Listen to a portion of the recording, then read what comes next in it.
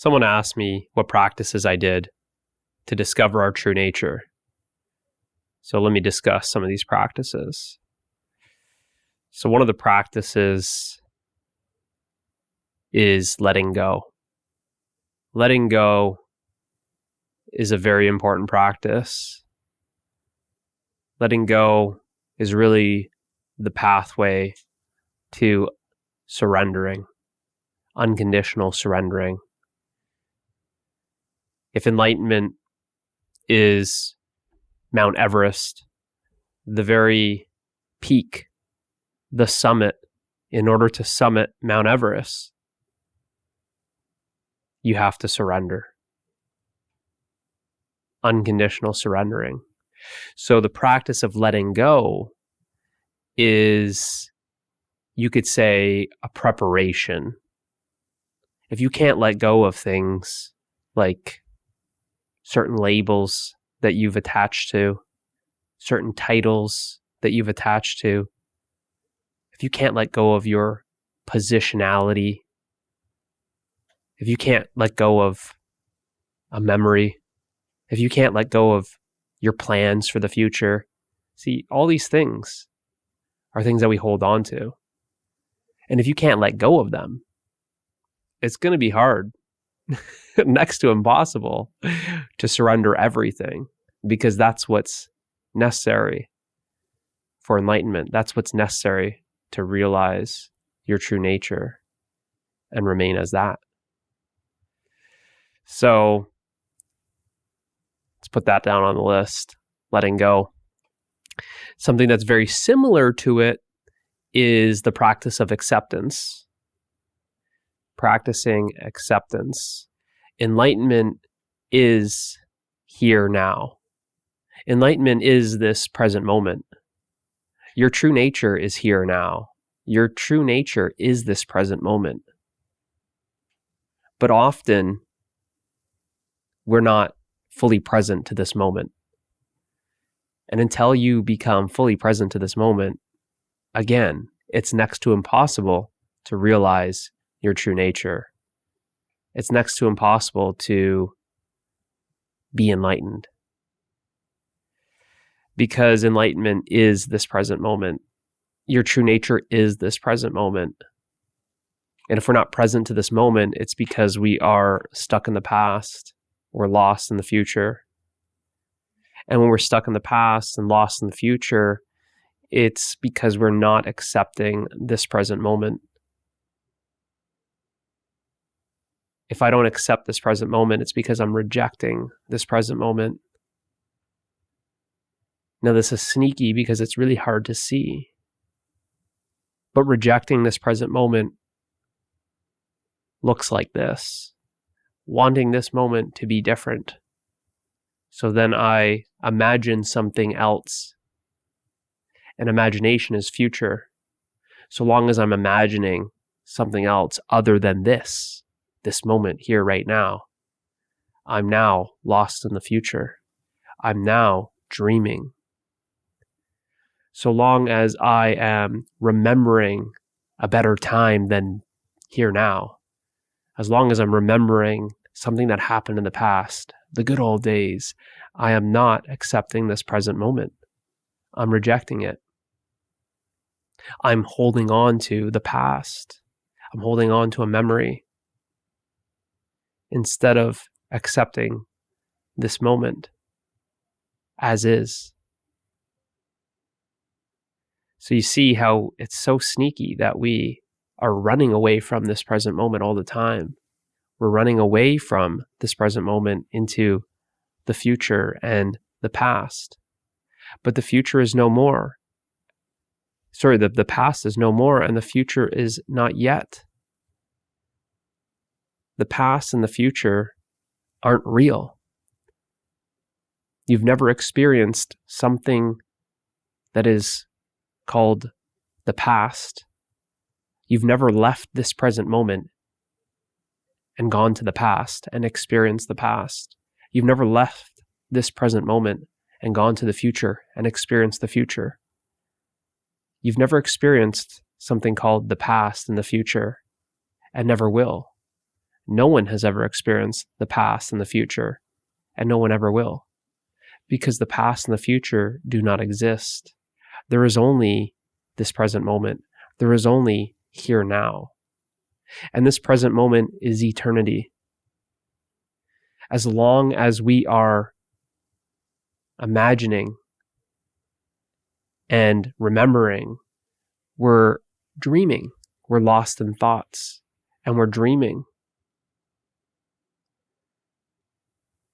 And as long as we're dreaming, we're not able to realize eternity, which is here now. So acceptance of this present moment, acceptance for whatever is happening in life, acceptance is needed, because surrender could be thought of as unconditional acceptance. Acceptance is needed to experience this present moment. And when you're accepting this present moment as is, then you're accepting life. Because life is this present moment. Life is just this continuous flow of here now.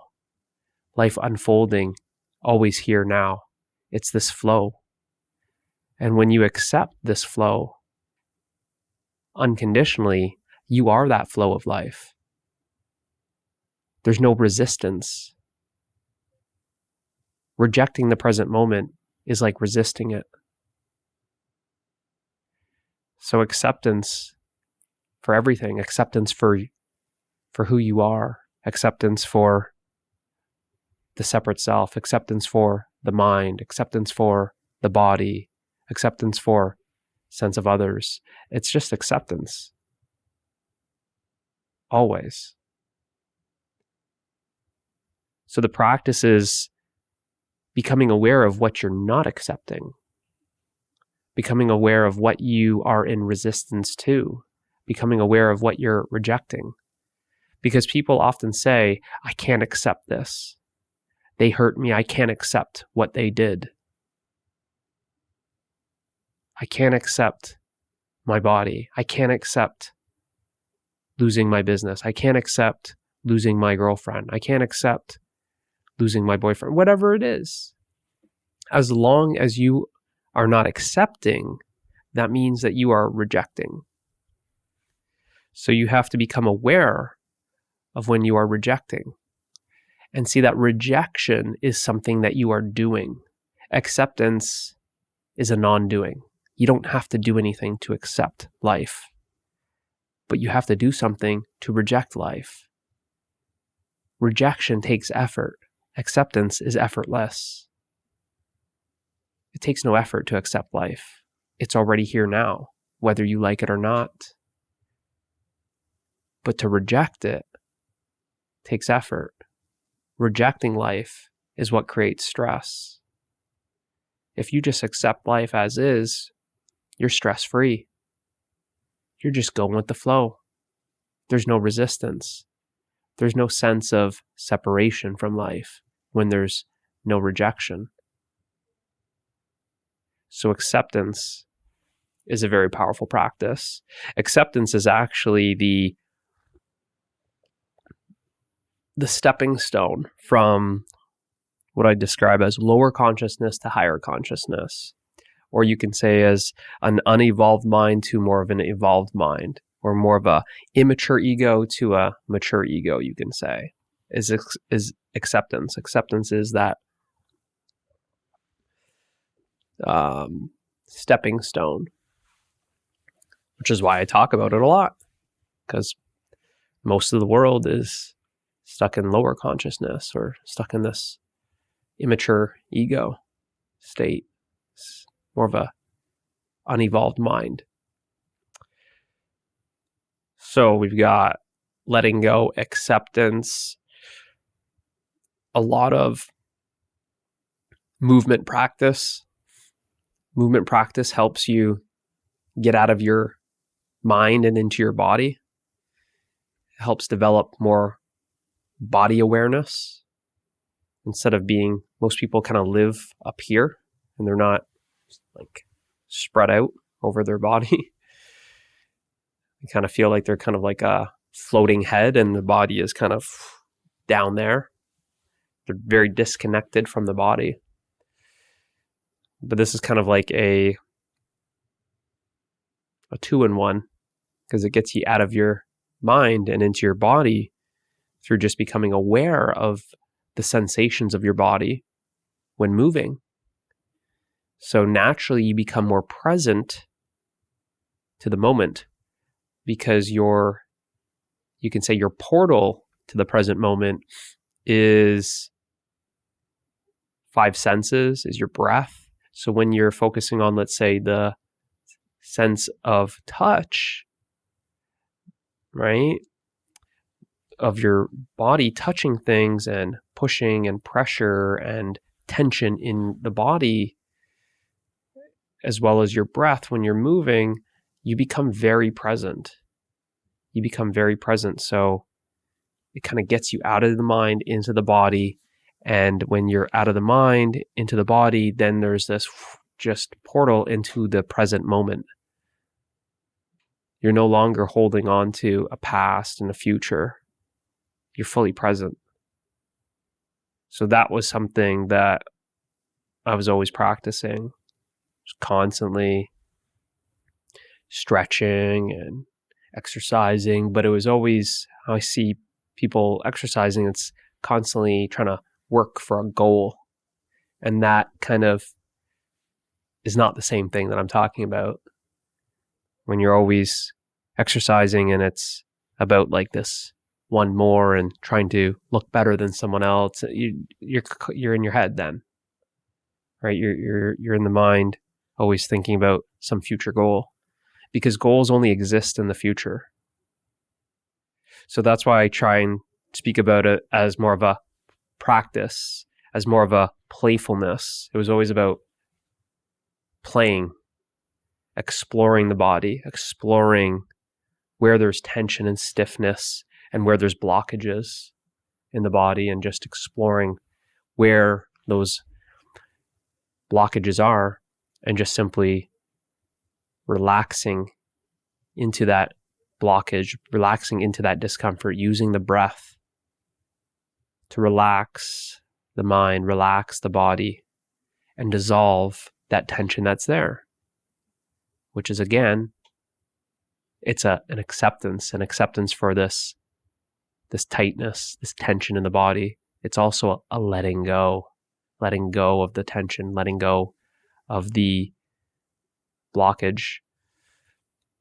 It's also a surrendering to the discomfort. There's a lot of discomfort in my body, a lot of lack of motion and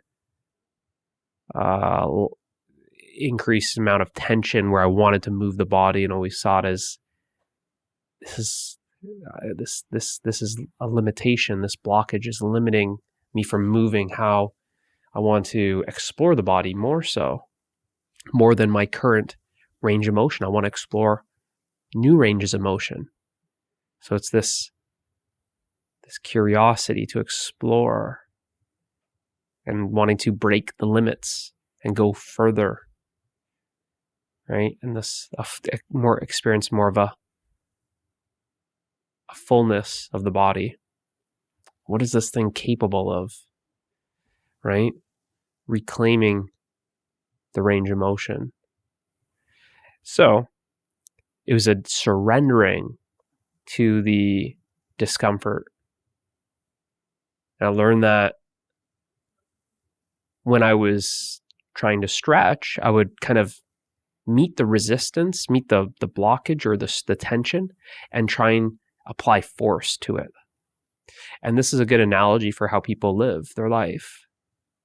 And these are some of the things that I realized when stretching, or you can say through like yoga practice, even though I wasn't really, yes, I was practicing yoga, but I never formally practiced yoga. I don't know any yoga postures or positions or anything. I just kind of move, right? So it taught me surrender. It taught me letting go.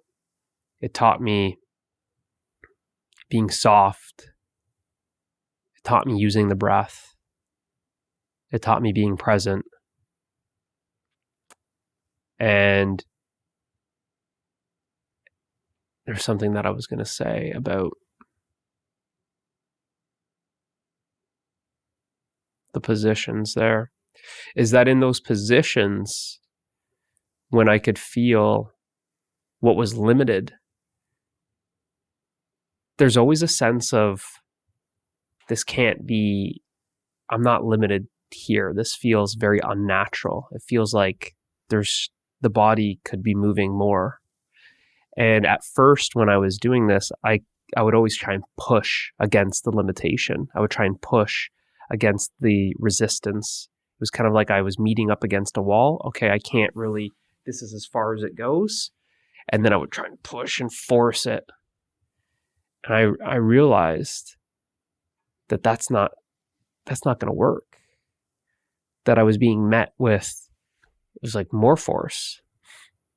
But instead, if I surrendered to it, to that tension, and I didn't try and force it, but instead I just let go of trying, which is very hard for the mind to grasp.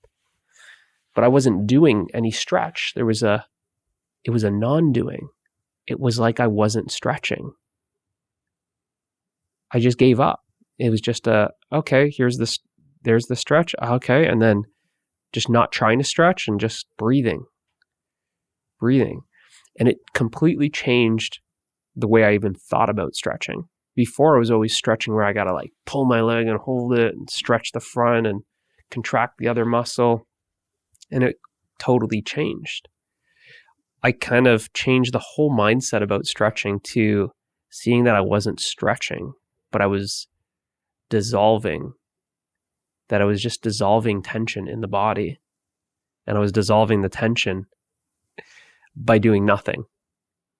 It was this surrendering of even trying. It was this giving up of trying to stretch, that it was, I'm not going to stretch, I'm just going to be.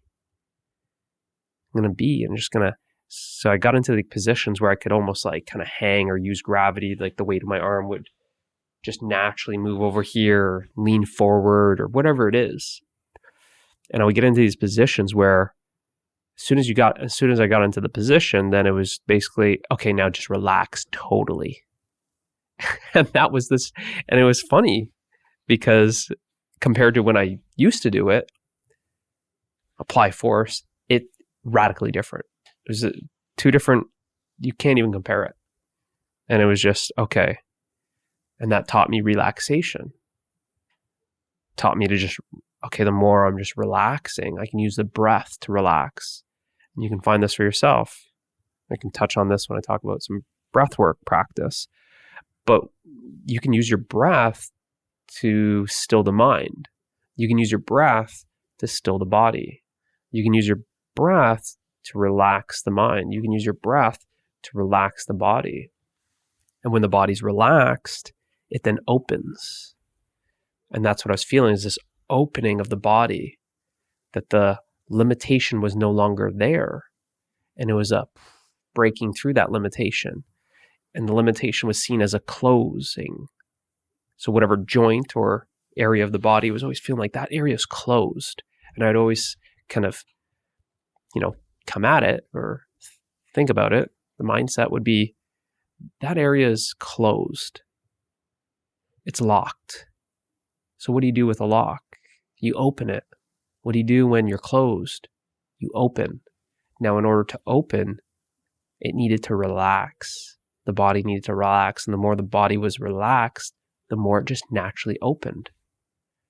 And that relaxation was the key to opening.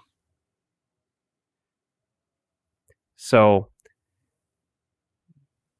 I could go, there are countless hours of just even what these stretches taught me and how it just applied, because then whatever I was learning with the body, just the intelligence of the movement, I would just apply that to life, right? Obviously, there's no separation here. The moving of the body is life and the body's life and stuff, but you know what I mean. I would take from, let's say, 30 minutes of stretching or 60 minutes of stretching. I would take that, and then whatever was happening in those stretches, I would just spread that to life in general. So when stressful times are coming, naturally people close even more, right? They get stressed, but they're getting stressed because they're kind of perceiving something as like, oh, something happened, and now this is bad, right? And then there's judgment, and then they meet it with a force, where it's this extra force, right? Because if there's no opposing force, there's no stress. If there's no opposing force, there's no resistance. And when there's no resistance, there's no stress. So that was the thing that I learned with the stretching is, if I'm meeting this closeness and I'm coming at it and saying, this blockage shouldn't be there. The body shouldn't be locked up like this. I should have more range of motion. That was a judgment. And that judgment created resistance. The resistance that I was creating by trying to force the body to go beyond that range of motion. But when you simply surrender the judgment, it's okay. The body just doesn't have that range of motion right now. That's okay. Let's just hang out in the range of motion that I currently have and just relax, where I'm not trying to gain any extra range of motion. And the more I just relaxed and didn't try to gain any extra range of motion, the range of motion was just given to me. The more I just surrendered and wasn't trying to gain range of motion, there's more range of motion that was given to me, completely opposite of the mind. And that I started seeing in life. That whatever I was kind of felt like when you're kind of coming up to a wall, most people go, oh, I'm just going to push harder. I'm coming up to something. I just got to apply more force. But this is a very, destructive, there's a word here. This is a very, it's like a brute force way to live, right? Right? The opposite is graceful, right? Is with grace. Like a dancer, and just looks so effortless. Like they're not even trying. Light, right? They can maneuver, right? So that kind of taught me, like in business, when I'm just coming up to it. Okay, well, that's all right. Well, just surrender to it. Just accept it. Just don't try that direction anymore. And then it was kind of like open sesame. It opened, or another door opens, right? It's not necessary that door is the right door that you're trying to knock on and go through, and then it's not opening. So then you're applying all this force. You get a crowbar out and you're really trying to pry open the door and kick it down. Well, you're so busy with that door trying to break it down, you're not aware of there was another door that opened, right? It's when you stop all that effort trying to break down that door, that sometimes that door just opens. And sometimes when you kind of back off from the door and just chill, oh, that door's open now, right? So then you kind of go a different direction. So this is very much this kind of the takeaway. I know this is getting long about this one point here, is this takeaway of relaxing, this takeaway of not applying force, that really, this is something the mind will never grasp. Surrendering is the ultimate power. Right? It doesn't make any sense to the mind. And it might even trigger you just hearing that because the mind does not want to surrender, right? Of course not, right? Because it's like a survival mechanism, right? Surrender to the mind means death, right? So it doesn't want to give up. And when you look at how we've been conditioned, the conditioned mind, it's about not giving up. More effort, work harder, try harder, right? Bigger, better, stronger, right? This is how it's conditioned. These are the programs that are installed. So then it's becoming aware of those programs, becoming aware that these programs aren't working, right? These programs aren't working. Most people, call it everyone. Everyone is complaining about being stressed, but also everyone is trying to force their way through life. Of course, it's going to be stressful when you're swimming upstream. You're going against the flow of life. Therefore, it's you that's creating resistance. And when you stop resisting the flow of the stream and you simply just relax and float, well, now the stream's power, life's power, becomes your power. You become one with the stream. You go where the stream takes you. And it's effortless. It's relaxing. It's like being in a lazy river. You're just relaxing, going with the flow. Takes you over here sometimes, takes you over there sometimes, as long as you don't cling to the wall and want to stay at a certain section of the lazy river. As long as you're not resisting where the lazy river is going to take you next. Oh no, not the little waterfall, right? As long as you're not resisting and as long as you're not clinging, then you just simply enjoy the lazy river. And the same is true with life. As long as you aren't holding on to certain things and as long as you aren't resisting certain things, you can simply just relax. And life is just a lazy river. But again, the mind doesn't get this, but trying to explain it as best I can. So letting go, acceptance, relaxing. We touched on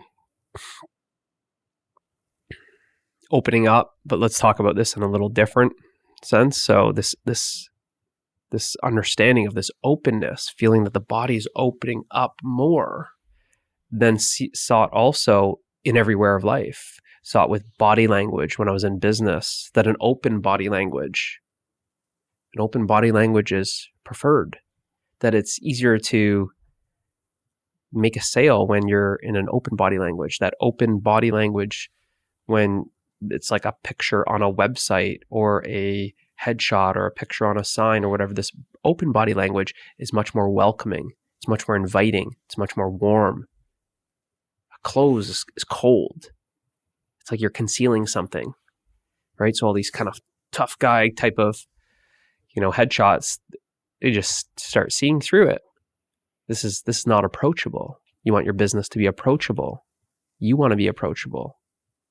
You want to welcome people into your business. This doesn't look like you're welcoming people into your business, right? So started seeing that from just a body language position, started seeing that from just making a business and making it open instead of making people jump through hoops to try and get into the business, right? Started seeing this everywhere. This just openness, and started seeing how this openness, that very few people are open and that most people are closed. They're closed because they're guarded.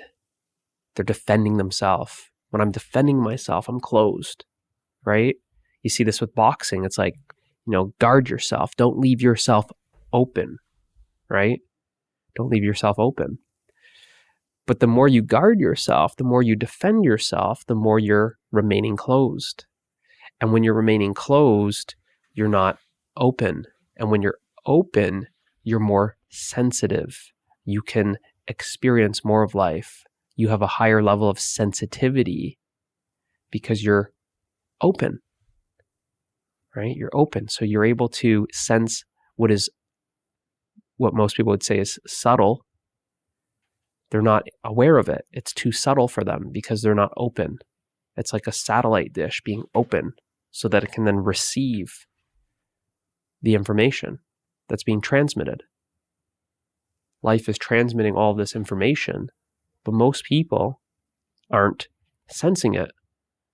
because they're not sensitive. And they're not sensitive because they're not open. So by remaining more and more open, you're experiencing life on a deeper level. You're experiencing the fullness of life because you're open. You're not closing yourself off to certain things of life, certain parts of life. You're accepting everything. You're open.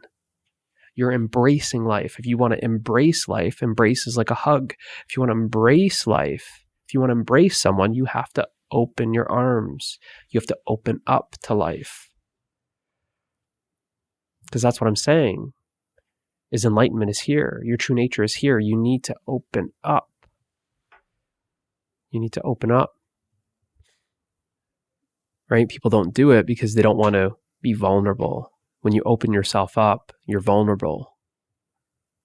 When you open yourself up, you're removing the armor. You're removing your defense mechanisms. You're putting down your sword and shield. And your wounds are exposed. Well, then you're opening yourself up. Well, now you can see what's wounded from childhood, from the past. Now you got to do something about that because you've opened yourself up. Now you can see it. So what are you going to do? Pretend you didn't see it? Deny it? Try and run from it? Or are you going to see it? Are you going to see it and feel it fully? Because it's only when you see it and feel it that you heal it. Because just the act of seeing it and feeling it, it's accepting what's already here. Because you can't love what's already here without accepting it. Right? Acceptance is the key to then loving anything. You have to accept yourself in order to love yourself. You have to accept life in order to love life. So openness, this practice of openness. So the practice is when you feel like you close around certain people, when you close in certain environments, is becoming aware of when you're closed and now open yourself back up. Don't stay closed. Open yourself back up. See what you're protecting. You're usually protecting a belief. You're usually protecting your identity. You're usually protecting a positionality. You're usually protecting your past. You're usually protecting a wound, an insecurity. Open yourself up because you can only see within when you open yourself up. As long as you remain closed, you can't see within. You can't see what's here. So that's the practice. You remained open, and when you get closed, you're aware that you're closed, become aware of your closed, and then inquire, look what made you close. Like I said, is find out what you're protecting, right? A boxer is closing like this because they're protecting their chin, their face, right? Same sort of thing. Find out what you're protecting. Openness. So we got acceptance, let go, or I'm not going to be able to do it in order. Letting go, acceptance, relaxing, being present, openness. A lot of like energy work, just feeling the energy and knowing. And this kind of went hand in hand with the movement practice because I could sense the energy. I could sense the energy. A lot of times too, you can just sense the energy. If your energy's kind of low, then certain things can kind of pitch it back up, right? Certain movement, you're just more in tune with your energy, and you're in tune with like how to change that energy through movement, through food, through a bunch of different things, right? Oh, well, my energy goes down when I'm eating these foods. My energy is more clean when I'm eating these type of foods. So then just understanding the energy really got me into tweaking the diet more of it's a vegetarian diet. more of a vegan diet. And knowing that on just fresh fruits and vegetables, the energy is like pure. It's like a premium fuel. And then fried food and meats and cheese and dairy and heavy type of greasy food is just sluggish, very lethargic. It puts you to sleep, right? So just understanding, being aware of this fuel that's put in the body. How does this vehicle run when this type of fuel is put into it? And let me change that to this type of fuel. How does it run when it's on these stimulants? And how does it run when it's not? How does the mind react to this food? This type of food, the mind is like cloudy and sluggish and slow, not clear, or it's busy. These type of foods, it's just like, just clean, still, bright, laser focused. Feels very pure, right? And then how does the body react to this? How does the mind react to this? And then changing, you're experimenting, right? And that's the thing. It's letting go of beliefs, right? When someone's programmed you to say you need 3 meals a day, well, and you go trying fasting or intermittent fasting or trying just 1 meal a day, well then what are you going off of? A belief or your direct experience? When there's 1 meal a day, for myself, I was noticing just the like pure energy throughout the whole day, just clean. I was noticing that the body was just feeling like revitalized, like it was recharged. The healing process was much faster. Right? So many different changes with that. But that was, again, you got to let go. I had to let go of, at one time, I'm eating like 6 meals a day, doing some bodybuilding type of diet. And then I dropped that to then 1 meal a day. Like a big meal, but 1 meal a day. Right? So it was always based off of how I was feeling. The body knew I was in the right direction when the body's feeling light. Well, I want to feel more light. When the body's feeling open, I want to go in that direction. Light, right? Enlightenment, light, openness, pure, right? So just moving in that direction. Then that got into breathing, right? Breathing, and when I was moving, I was able to use that breath and send that breath to different areas of the body. Really feel like it's opening up these energy channels in the body. Being able to send that breath and see where I'm not able to send that breath to. And then feeling how the breath and the body and the energy, it's all just working together.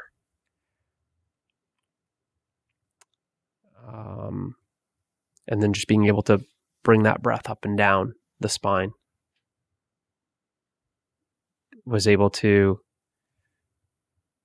just get a sense of when the body is, in terms of like left and right, yin and yang, masculine and feminine, when that was out of balance, to try and bring it into more balance with the breathing, with the energy movement, the movement practice, all working together. It's really hard to say that they're separate. They're always done together. So just energy balance. It's another practice. Another like emotional work. I see a lot of people not wanting to feel their emotions. Right? Like a lack of emotional intelligence. And really, emotional intelligence, you could say you're gaining emotional intelligence the more emotions you feel. right? And the more emotions you feel, and the more of your emotions that you feel, you become more emotionally intelligent. So it's, again, acceptance, accepting your emotions, surrendering to the emotion, becoming aware of the emotion, feeling the emotion, being present with the emotion, that you're then feeling it fully. You're no longer running, you're no longer denying, you're no longer trying to escape your emotions, rejecting, suppressing.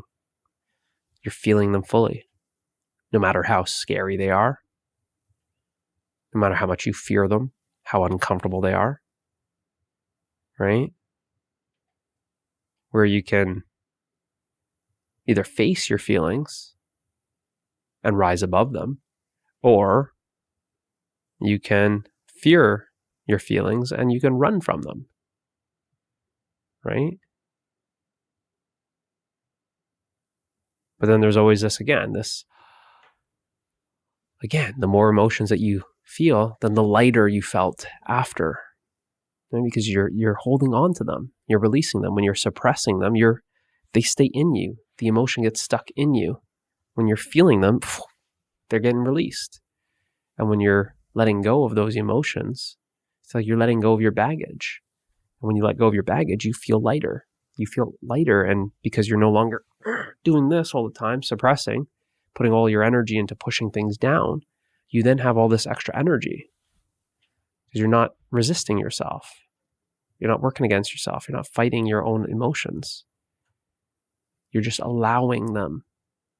So again, very similar to acceptance is this allowance.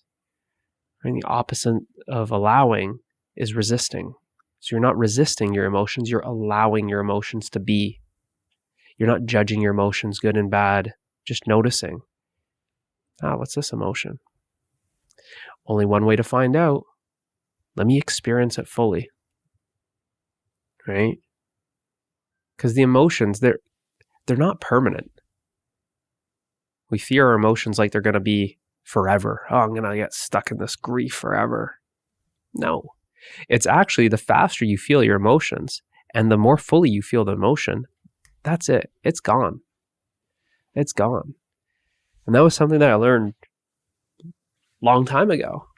That whatever it was, a breakup or stress or worry or shame or whatever it is, just you feel it fully, and then it's gone. It's because if you just keep on suppressing, it's like you're playing a game with it. You're like, it's coming up. It's like, hey, you want to feel me today? And you're like, nope, not today. How about today? Maybe later. Not today. I'm busy, right? And you're just this type of playing around with it. That takes a lot of energy to push it down. And it's something that you can't run from.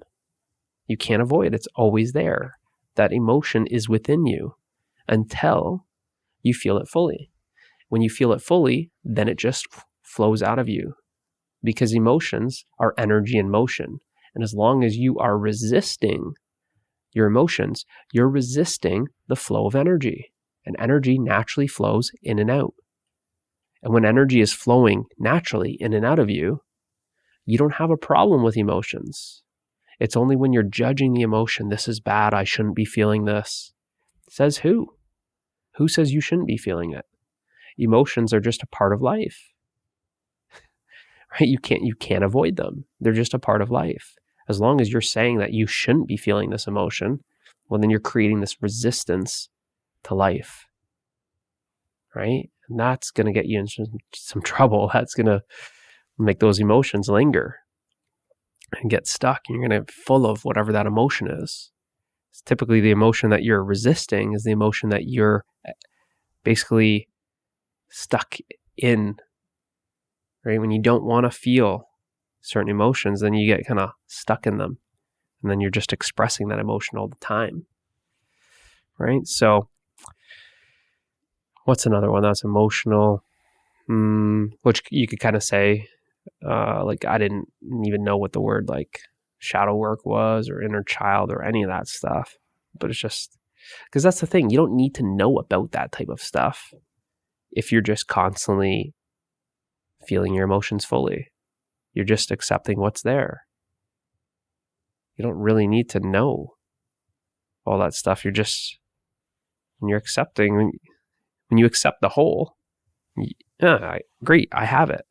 Here's the whole. Now I can see what I have, right? When you only accept certain parts, and you're rejecting certain parts, well, it's when you're rejecting certain parts that then those are then in your shadow, right? They are your shadow. You're blind to them because you're kind of hiding them away, not looking at them. But when you're accepting, the more you accept, the more you see. The more you see, right? If you give me 2 teacups and I accept both of them, great, thank you. I don't have to do anything to accept it. You just drop it on my desk. Now I see there's 2. But if you give me 2 and I tuck one over here and I choose not to look at it and I'm only looking at the good one, then after a while I forget that that's even there, right? It becomes my shadow. I'm unaware of it, yet it's following me all the time like a shadow, right? So the more you accept, then the more you're seeing. The more you're seeing.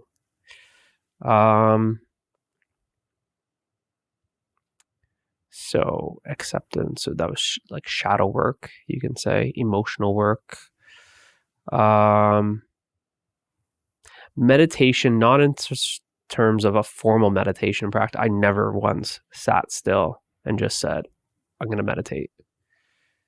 But the meditation was always in the movement practice. It was always just walking in nature, just constantly even driving, because people think that like meditation is something that you do. I'm going to go sit on this cushion and meditate. And it's something that I'm doing.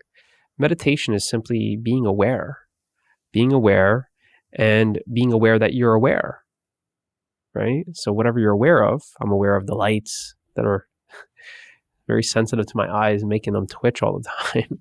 Aware of the lights, I'm aware of the fan noise, I'm aware of the desk on my things, I'm aware that my feet are crossed, I'm aware that the outside of my feet are touching the floor, right? So you're getting all this information and you're just aware. And you're simply aware. You're not labeling things, you're not judging things, you're not criticizing, you're not creating stories. It's just being aware. So meditation doesn't need to be just sitting still on a cushion. Meditative when I'm washing the car, meditative when, whatever you're cutting grass, anything. Your whole life is meditation, can become a meditation if you're just simply aware, right? And when you're aware, you'll notice that you're not thinking, you're aware. You're not thinking about life. You're just the awareness that's experiencing life. So call it meditation.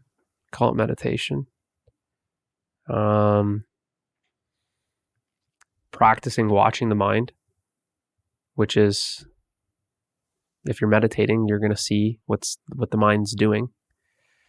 You can say like developing the silent witness of the mind, where you're just watching the mind silently, seeing what it's up to. I've said this in a couple of videos, is you treat your mind like it's a 6-year-old and just watch it. When you take your eye off your kid, they get into trouble. And the same thing is with your mind. If no one's watching your mind, it will cause all sorts of problems in your life. But if you're watching it, it kind of knows that it's being watched. It doesn't get into trouble. It's only when you're not watching it that it gets into trouble. Just like kids. It's only when you're not watching your kids that they get into trouble. Right? So you got to watch the mind. And then, may as well touch on this, is then you start becoming more interested, instead of the mind, you become more interested in the watcher, you can say, the witnessing of the mind, which then is a shift in your attention from the contents of your mind to the context. The mind, full of thoughts, the thoughts are just contents. But then you start becoming more interested. You become more attentive to, but what's the space that the contents are appearing in? These are the thoughts that are appearing, but what's the space that the thoughts are appearing in? And ultimately, you are that space. And ultimately, space is not an accurate word because it's not actually space, because even space appears in what you are. But you become more aware of, let's call it, this space that the thoughts are appearing and disappearing in. And what you notice is when you become more interested in the awareness of the mind instead of the mind. So before you're watching the mind and you're very interested in what the mind is doing. And then kind of like dawns on you like, oh, well, what's watching the mind then? The fact that I can watch the mind, yeah, but what is that? And it turns. And then you notice that just this awareness of being aware, it's peace, it's happiness, it's love, it's freedom. It's all those things, right? But at first it won't feel like that. It'll mostly, you get kind of the first is like serenity, like peace, right? It's like a break from the chatter of the mind. The more you attend to it, the more you are devoted to the awareness itself, then the more you fall in love with it. And the more you fall in love with it, the more love you feel, the more love you experience. And what you're actually experiencing is your true nature. That love is your true nature. You start experiencing that happiness. That happiness is your true nature. You start experiencing the peace. Peace is your true nature. And you start experiencing that freedom. Freedom is your true nature. You're experiencing your true nature. But at that time, there's not even a you that's experiencing it. That's the part where we can't really discuss this, is because it's non-dual.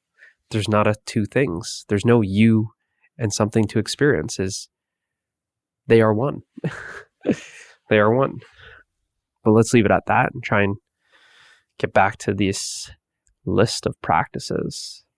So there's that meditation, watching, being present. You could say like being mindful, although I don't use that word. Like I said, I didn't even know what that word meant. I didn't even know what mindfulness was. But now I choose not to use that word just because people already have their minds full. It kind of, to me, it doesn't really sound like a great word in English anyways. I don't know if there's a translation or something, because people already have a full mind, right? Meditation, it's like the mind is like, it's like you're emptying your mind. The more you let go, you're emptying your mind, right? The more you're cleansing, the more you're purifying your mind with meditation, with simply being aware. You're free from all the conceptualizations, from the describing, oh, that's a bright light, that's a green plant, that's a brown squirrel, that's a fluffy cloud. That's how most people are experiencing life. They're constantly commenting on what they see. There's an awareness of what's here, but then there's a chatter, commenting. It's like watching a movie with subtitles on, and then you're also watching the movie with your friend who insists on narrating what's happening in every scene, ruining the movie because they're commenting on the movie. And that friend that's beside you is actually the mind, because that's what the mind does. It's got the subtitles on, which is labels of everything, and it's constantly narrating what's happening. So enlightenment is actually turning off the closed captions, and it's hitting mute, hitting mute of the mind, that then it doesn't narrate anymore. There's no labeling of things. There's no narration happening. It just is. And that's peace. What else? What other practice? Acceptance, openness, letting go, meditation, like selfless service. Like even in business, it was this, not getting caught up in like trying to get rich and famous or anything like that. Never for that. It was just always about just sharing whatever I was passionate about, whatever I had experience with. The first I was started was understanding of my body, how it moved, and what was causing people to be in certain positions that was causing them pain. So it was just sharing that experience with them, certain practices of the body, helping people experience less pain, more mobility, the experience of just feeling better with fresh fruits and vegetables. And so there was a second business of organic fruits and veggies. That's what it was called, but it was like delivery to your door, right? Helping people, source higher quality foods, putting the premium fuel in their tank of their vehicle, their body. Another one, just understanding the body, is turn that into like helping golfers improve golf pain-free, golf longer, people who are retired in golfing, who just wanted to golf.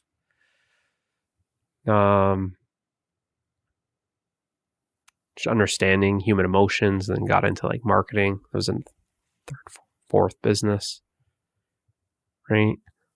Understanding branding. Again, the more just understanding the mind, how it works, and then got into branding. But it was always about just sharing what I knew, just sharing experience of life, and just sharing and just serving people with that experience in a way that adds value to their life, in a way that changes their life in some way. So it was very selfless. It wasn't like I wanted something out of it. It was more of it's again, like most people have this mindset of the egoic mindset is very much a taker, right? But as soon as you get in touch with your heart, then you naturally become a giver, because the heart is love, and love just loves, right? You just give love, right? It just gives. So it's very much coming from a place of abundance. When you're in this place of abundance, you're giving, right? The more present you are, the more grateful you are, because there's a great fullness to the present moment. Why? Because everything is in the present moment. And everything's in the present moment, and you're in the present moment with everything. So there's this feeling of abundance. And when you're experiencing this abundance, there's no sense of lack. So you're naturally a giver, because you're not sensing any lack that other people have. There's only lack in the mind, and the mind is only past and future. Outside the mind is the present moment. And that's what I'm saying. Everything is in the present moment. And when you're flowing with life, when you're flowing with everything, and you're one with everything, there's absolutely no sense of lack. And when there's no sense of lack, you can't help but give. So there's this just giving this, it's like a endless supply, this infinite source that you just give. You give your time, you give your resources, you give your energy, right? And the more you're just simply giving, your focus, your attention is focused on the other that you want to serve, that you want to give to, that you want to share with. And when your attention is on the other, because you're focusing on the value that you're giving, the experience that you're sharing, then you're actually not so self-consumed. You're not thinking about yourself. You're thinking about that person. How can I serve that person? So it's key, because with the separate self, it's preserving itself, and it preserves itself by always thinking about itself. And when you're not thinking about yourself, what you'll notice is you don't have a sense of self as like a separate little like personality, as a separate person. when you're not thinking about yourself, then you feel like you vanish as the separate self. The separate self does vanish. When you're in the present moment, there's no separate self there. There's just the present moment. So when you're serving selflessly, you can easily enter the present moment. You can easily forget yourself as a person because you're constantly focusing on serving the other. You're constantly focusing on giving. It's when you're focusing on taking. Well, now that I'm taking, well, who's taking? Who's taking? What am I gaining? What am I building up? Right? So that helps. That's another practice. Practice that anywhere. Serve your family, serve your neighbors. If you've got a business, serve your customers, serve your community. Do something in the form of that's giving. And what you'll notice is the more you give, then you feel like you're vanishing. And the more you vanish, the more happiness that's there. It's another important kind of thing to point out. The more you're here as a person, the less happiness that you experience. The less that you are here as a person, the more happiness you experience. And that's what I was actually noticing for a good deal of my life, is actually that I was able to vanish a lot. Go for a run, and it's like there's just running happening. There's no person with a problem that's running, thinking about their problems, wondering what they got to do when they get back. What's the next thing? You're just fully present. Like I said, when you're in the present moment, there's no you in the present moment. There's just the present moment. As soon as you think about, I'm in the present moment, then you're not in the present moment. Because all thoughts are past and future. Right? It's like when the person disappears, there's happiness. And when the person's there, there's no happiness. And I started realizing that when I go for walks or camping or canoeing or whatever, this is just the present moment. And it's just pure joy. Pure joy, pure freedom, pure love, pure peace. You're just experiencing that. But there's no, you could say like experiencer as a separate, someone who's separate from that present moment. There's just the experience. And I don't want to go too in depth, but that's basically non-duality, Enlightenment. That's when the experiencer, the experienced, and the experiencing with the ing, all are one. All are one. And that was happening a lot. That was happening a lot. And when there's no you, when there's no I, separate I, there's no problems, because all your problems are attached to this separate I. When the I vanishes, when that separate I vanishes, all the problems vanish. That's why there's no problems in the present moment, right? So just experiencing these like long spans of like what people call like the no mind state. There's no mind, meaning there's no activity, no thoughts. And there's just peace. So it'd be this long stretches. And I was really seeing that, oh yeah, well, the more I'm giving, the more happiness I feel. It's like when you give happiness, even though you can't give happiness, but when you try and make someone happy, you feel happy, right? When you're giving, you end up receiving. When you try and make someone smile, you smile, right? Because yeah, like the reality is all is one, right? There's no separation. So it's like you're giving it to yourself. You're giving the happiness to yourself. You're giving the smile to yourself. You're giving the love to yourself, right? So If there's something that you feel like you are not receiving, give it. Give it. If you feel like you are not receiving love, then give love. Right? Try it. Try it. See what happens.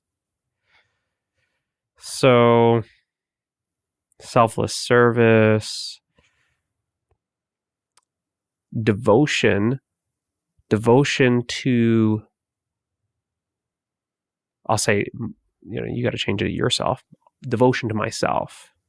Devotion to myself in the self as that awareness, my essential self. Right? So once you start getting a taste of your true nature, you'll find that it starts transforming you. It starts transforming your life. And it's like you get like a taste. You're like, right? And when people say they get a glimpse, and you get a glimpse, if you get a taste, then it's like you want to go back for more. Right? Of course, this is from like the separate self perspective. You want to go back for more. If it's like you get a taste and then you're like constantly, yeah, but I want to like try and build more success, or I want more money, or then it's like you saw, like, it's like you got a glimpse of like treasure, but then you're like, oh, like it's like you forgot that you saw a bunch of treasure within yourself, and then you're out there begging for pennies. Right? It doesn't make any sense. Right? So you saw a glimpse of peace, but then you're out there trying to get, relaxed with drugs. So you get a sense of pure happiness for no reason. And there you're trying to get conditional happiness. It doesn't make any sense. So once you start seeing that what's in you, that true nature that you are, happiness, love, peace, freedom, you then start becoming devoted to your essential self, right? Again, you accept yourself completely. So this new dimension that you might become aware of, this deeper dimension of yourself, you become aware of it, you got to accept it. You're accepting it. Then you fall in love with it. And it's when you're falling in love with it, or you can say you fall in love with God, right? You fall in love with God, and then you become God. You fall in love with your essential nature, and then you become your essential nature. This is where, like, trying to describe these things from the perspective of the separate self, because really you are always your essential self. You can't not be your essential self. But from the perspective of the seeker, it's okay. Now you find it. Now you have to be devoted to that, right? You have to become very interested in what is that. You want to, like, it kind of feels like you want to go back there. I got to go back. I got to stay with this. You start seeing that your essential self is not changing. Everything else is changing. And that's when there's this, you could say, like, this merge that can happen, that the separate self as a separate drop of water is dropped into the infinite ocean. And after the drop is dropped into the ocean, then where's the drop of water? It's no more. It is the infinite ocean. But also, I mentioned this in other videos, is there's also, when that happens, there's a realization that you've always been the infinite ocean. That the ocean was always in the drop of water. As much as you feel that the drop of water is now in the ocean is always in every drop of water. The essence of every drop of water is the ocean. But that can only be realized when that happens, right? But we can talk about it as like there's a merging with God, there's a merging with the universe, there's a merging with infinity, there's a merging with your essential nature. These are all different words to describe the same thing. So pick your word that you like best, right? If you don't like, the God word, then use source, right? Use your essential self, use the self, whatever word you want. But there's very much this feeling like this merge where before there was a two, I'm going to my true nature. I'm experiencing this peace. I'm taking, I'm going on this like inner retreat to myself where it kind of feels like, what a vacation. What was that? 10 minutes of peace. But it's like, where did you go? Nowhere. Where was that vacation? Right here. And, when did you come back? And you're like, okay, I get what you mean. I didn't go anywhere, and it's always here, and it's within me. Therefore, I always have it, right? Like you are that. You are that, right? It's the believing that you're a separate person or something separate, a separate entity that really takes you away, which is we can call mind identification. When you become identified with the mind, when you become identified with the body mind, right? When you're body mind identified and you think that's only you, then the essence, the essential self gets mixed up with the experience, right? So once you start to abide or remain or stay as your essential self, then you start noticing that everything else starts transforming, that you start transforming, that you become more and more of what you are. You become more and more loving, more and more happy, more and more peaceful, more and more free, right? You're more and more patient because you're present, right? The key to patience is being present. When you're present, there's nowhere to go. There's nowhere to go. So you're not impatient trying to get somewhere. There's nowhere else that you'd want to be but here, right? The reality is there's nowhere else to be but here now, right? So, what was that? What practice was that? What practice were we talking about? Selfless service, devotion, becoming devoted, right? Now, the devotion that I'm talking about is you're devoted to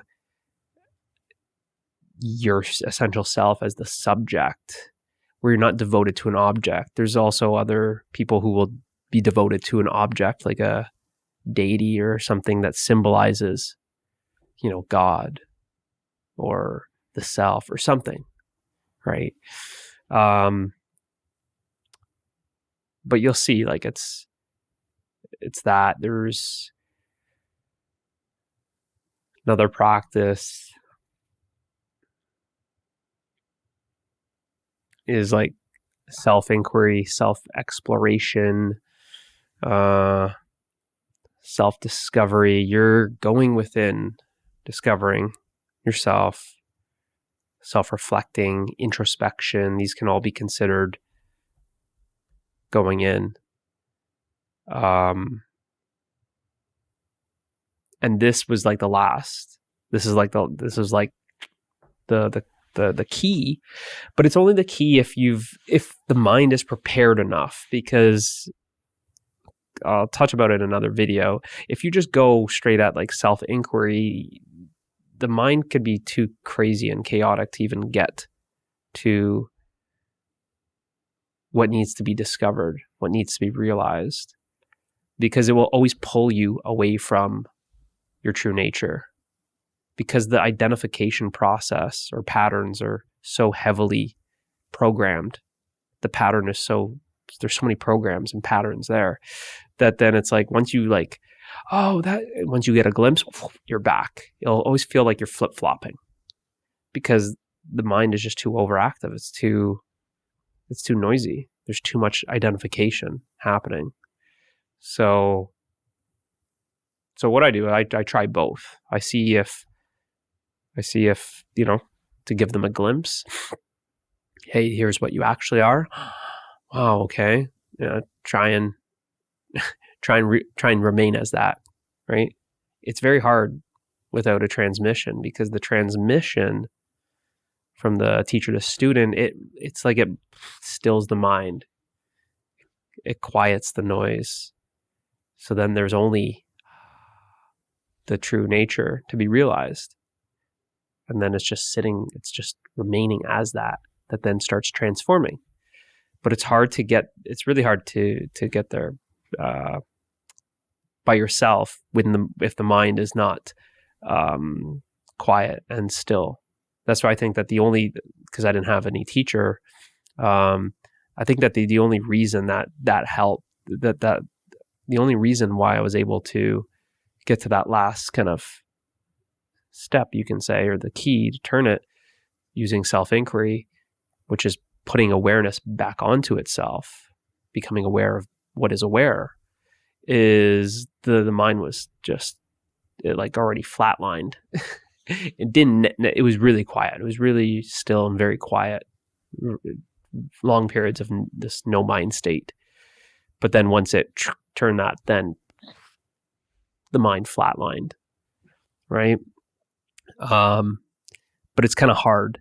It's hard to do it by yourself. It's like self-inquiry is like you're going on a journey within and you're looking for something, but what you're looking for, you don't even know what you're looking for.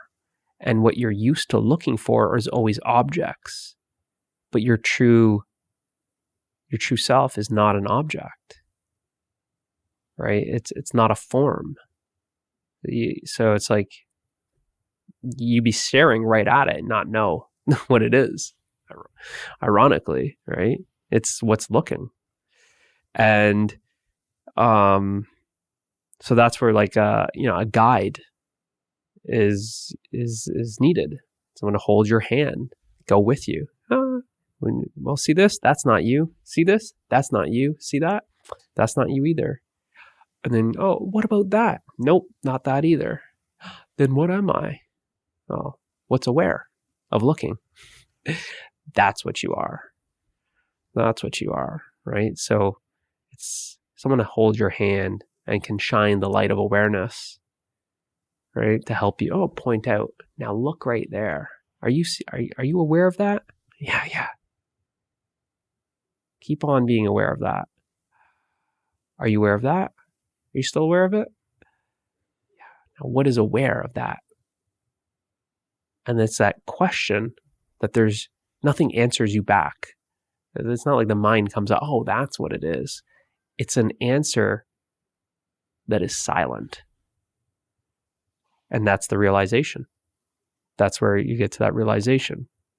And if there's that realization and a surrender, then that's it. Right? That's it. That's because everything's seen as not you. not you, right? There could be this point of, then what am I? I'm nothing. Right? And it's like, yes and no. You're nothing and everything. Right? So there's probably a couple other practices that I haven't mentioned that I don't know.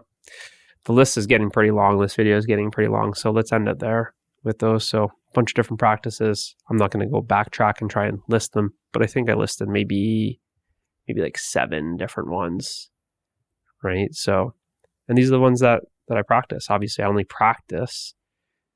I only, advise or share practices that have worked, right? Because the best practice is the practice that works, right? So it worked and it's there, and so it's up to you. If you want to try some of the practices, then great. If you don't want to try some of those practices, then great, right? You're already that, right? So who knows? Maybe the practices work, maybe they don't work, right? You don't know. But until then, if you want something to try and realize your true nature, and it seems like, oh, well, hey, I haven't tried these practices, then then you try, because whatever you practice, you get good at. And if you start seeing that all these practices really are like your true nature is openness. right? Your true nature is selfless. Your true nature is unconditional acceptance. Your true nature is surrender, right? Your true nature is light. Then you see how these practices make sense. You see how these practices make sense. That you're always your true nature, but from the separate self, it's like you're practicing being more of your essential self, even though that doesn't make sense because your essential self is effortless. It takes nothing to be what you are, right? So who knows? That's where I try both ways. With the transmission, boom, take you right here and now, show you what you are. Hopefully, if that's realized, great. If not, then here's a handful of practices, right? And keep coming for the transmission, keep coming back to yourself. Keep coming back to yourself, and that starts transforming you. But at the same time, you might as well practice these practices, because when your true self is realized, these practices are natural to you. These practices, they're no longer practices. You can't help but be in acceptance of everything. You can't help but be surrendered. You can't help but be open. You can't help but be light. Right? All these different things. These practices are your true nature. But from the separate self, it always feels like you got to try and be what you are, which doesn't make any sense. So before the video gets very confusing, let's end it here. So hopefully this helps. Try them out. Watch some of the other videos where I describe these practices in much more detail. And until then, I'll see you in the next one.